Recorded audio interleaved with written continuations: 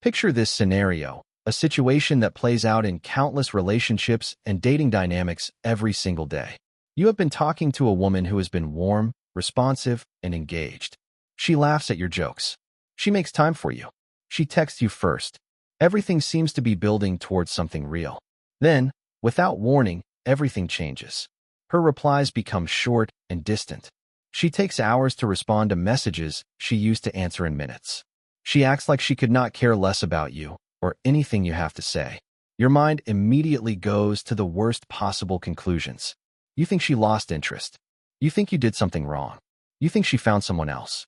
You replay every conversation searching for the mistake you must have made, the wrong word, the wrong tone, the wrong move.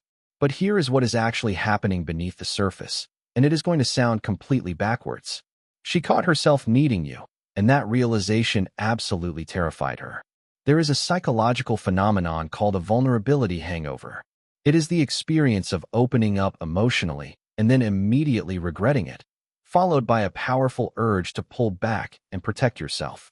It happens to everyone, but for women, especially those who have been hurt before, the vulnerability hangover can be intense enough to trigger a complete behavioral reversal. The stronger her feelings become, the harder she will push you away. It is not logical. It is survival instinct. When she starts to feel that pull toward you, when she realizes you are becoming important to her, when she catches herself thinking about you at 2 o'clock in the morning, her brain hits the panic button. Her instinct says, pull back, create distance, act unbothered. She is not trying to be cruel. She is trying to survive her own feelings.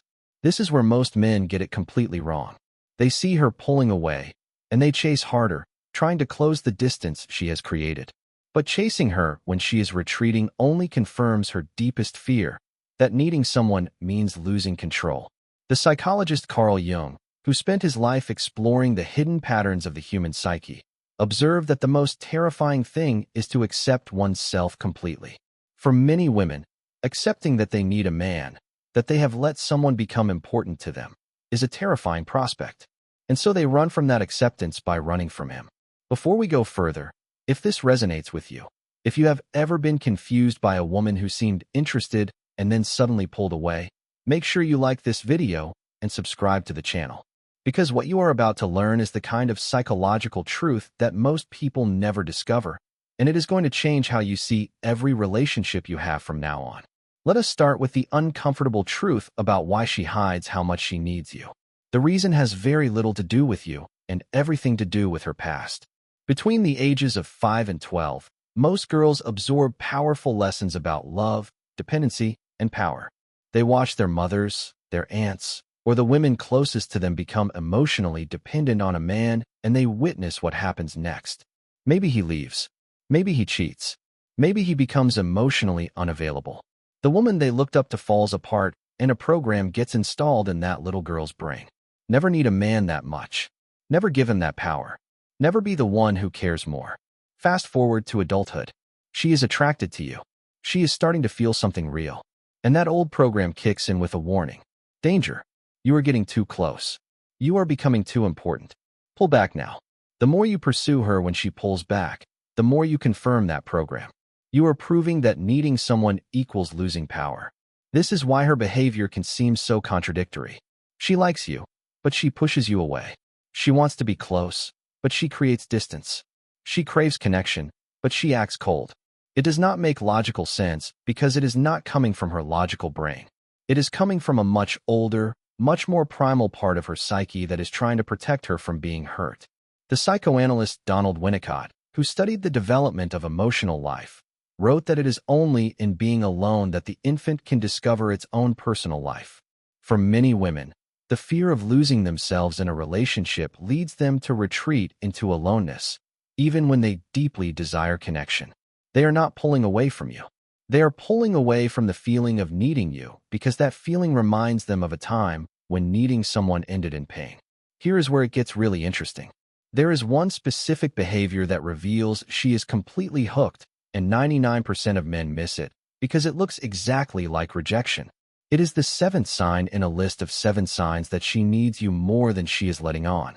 But before we get to that, you need to understand all 7 signs because if you only recognize 1 or 2, you might misread the situation entirely. The first sign is that she creates conflict out of nowhere. She gets annoyed at small things that never used to bother her. She picks fights over nothing. She questions your decisions. She tests your patience over things that genuinely do not matter. Most men see this and think it means she is losing interest. That is a complete misinterpretation. She is not losing interest. She is trying to push you away before she gets too attached. She is testing you. She is creating distance on purpose to see if you will stay calm or if you will react with desperation. The moment you chase her, the moment you apologize and try to fix things, something shifts in her brain. She loses attraction instantly and often does not even know why. But if you stay calm, if you do not react to her emotional provocations, she will respect you more than she can explain. The psychiatrist and philosopher Carl Jaspers, who explored the boundaries of human understanding, wrote that the task of the psychologist is to understand the other person from within. When she creates conflict, you have to understand what is happening within her. She is not angry at you. She is angry at herself for caring so much, and your calmness disarms that anger because it shows you are not threatened by her fear. The second sign is that she watches your life obsessively while pretending not to care. She views your stories within 30 seconds of you posting them. She notices tiny changes in your routine, your haircut, your new profile picture, the fact that you were out late last night. She asks casual questions that are actually reconnaissance missions. Oh, you were out late last night? Who is that in your picture? You seem different lately. These are not random observations. She is monitoring your life because you have gotten under her skin. The more nonchalant she sounds, the more obsessed she actually is. But if you call her out on it, if you say, "Why are you always watching my stories?" she will probably deny it and pull back even further. You have to respond in a way that acknowledges her attention without making her feel exposed. The third sign is that she brings up other women, not to encourage you, but to see if you are available. She is fishing for information, testing your interest, checking if she still has your attention. And here is the mistake that kills attraction. If you are too quick to reassure her, if you say, "Oh, no, you are the only one," she will lose respect for you immediately. Why? Because it makes you look like you have no options, like you are desperate to keep her, like you would drop everything for her. That is not attractive. That is needy. The fourth sign is that she remembers everything you say. Small details from weeks ago, your favorite food, the story you told about your childhood, things you mentioned once in passing.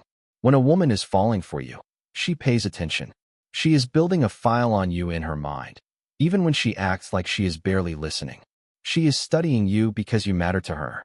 The fifth sign is that she shows up in your world repeatedly. Same coffee shop, same gym, same events. She comments on your posts. She makes herself visible. She needs plausible deniability because admitting she is seeking you out would mean admitting she cares. The sixth sign is that she tells you about other guys who are interested in her. This is a test, and most men fail it completely. If you get jealous, you look insecure. If you compete, you look desperate.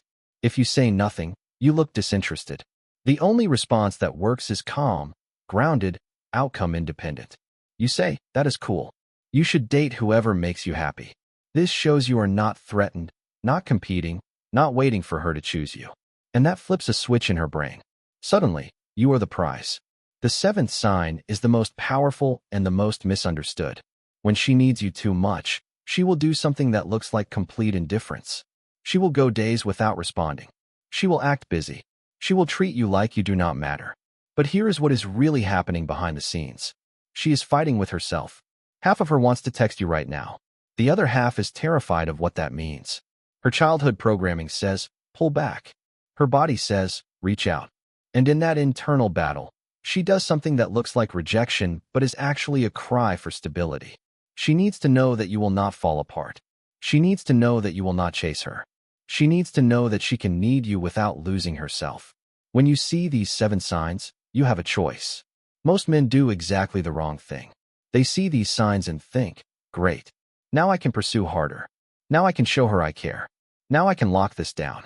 This is a catastrophic mistake because the moment you start chasing, you confirm her deepest fear that she is more invested than you are, that she needs you more than you need her, that she is losing control. And when a woman feels that power imbalance, something happens in her brain. Dopamine drops.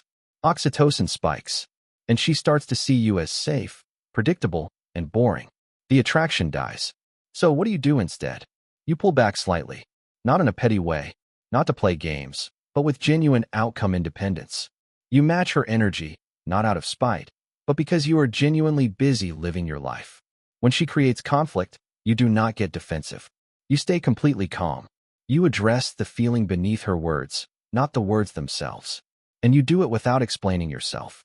The moment you explain, you lose. When she tests you by mentioning other guys, you say, "That is cool. You should date whoever makes you happy." This shows you are not threatened. You are not competing. You have options. You are not sitting around hoping she picks you. And that flips the switch in her brain. Suddenly, you are the prize, the one she might lose, and that changes everything. But this only works if it is authentic.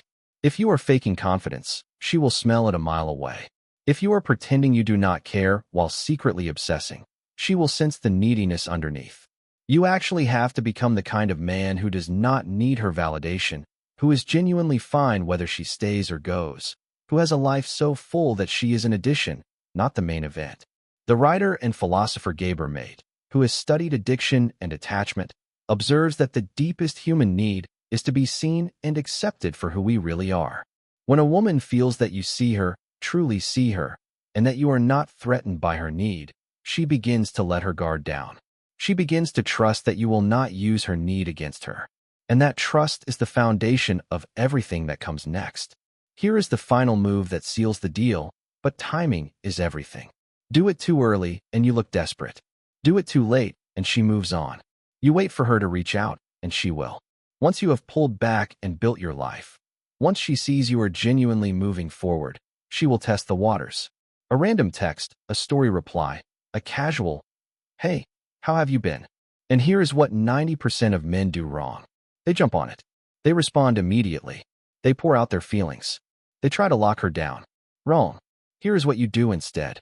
You respond, but not right away. Not with paragraphs. Not with questions that keep the conversation going. You respond with calm, confident brevity. And here is what happens in her brain. She expected you to chase. She expected neediness. She expected you to prove yourself. But you did not. You stayed grounded, and that creates cognitive dissonance. Wait, why is he not more excited? Does he not care anymore? Did I wait too long? Who is he busy with? That curiosity becomes obsession, and obsession becomes action. She will reach out again, more directly this time. And when she does, you will know she is ready. The psychoanalyst Erich Fromm, who wrote extensively about love and human connection, observed that love is not a sentiment which can be easily indulged in by anyone. It is a practice, a discipline, a way of being. When you respond with calm confidence, you are practicing love. You are giving her the space to come to you on her own terms, which is the only way she can truly feel safe.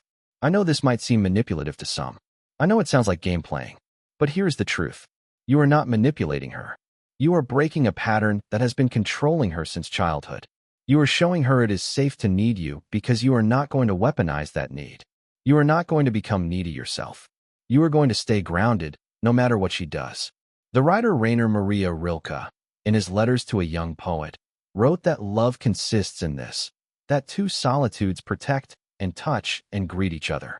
When you create a space where she can be alone in her feelings without being punished for them, you are creating the conditions for a genuine connection. You are allowing two solitudes to meet. Need is desperate. One is powerful. And when she feels wanted without feeling pressured, when she feels safe without feeling trapped, she stops hiding how much she needs you. That is when the walls come down. That is when she stops acting. That is when you see the real her. And that is when something genuine can actually begin. But it only works if you are real, if you have actually done the work, if you have actually become that man. The philosopher and psychologist William James, often called the father of American psychology, wrote that the deepest principle in human nature is the craving to be appreciated. When you appreciate her for who she really is, without trying to change her or fix her, she feels that appreciation deeply. And that feeling is what makes her want to stay.